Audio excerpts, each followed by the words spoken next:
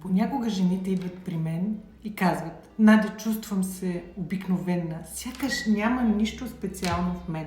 Аз съм Надя, женски холистичен терапевт и искам да ти покажа нещо с тези карти. Точно този ред, в който са подредени тези 52 карти в момента, никога не е съществувал до този момент.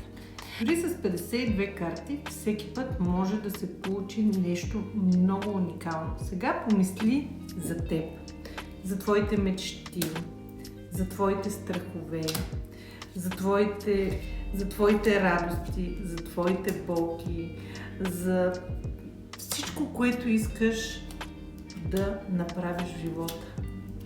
И те не се свеждат до 52. И знай, ти си единствена. Никога не е имало и няма да има друга като теб. Ти си уникална. И ако искаш повече радост, спокойствие и женска мъдрост в живота си, последвай ме.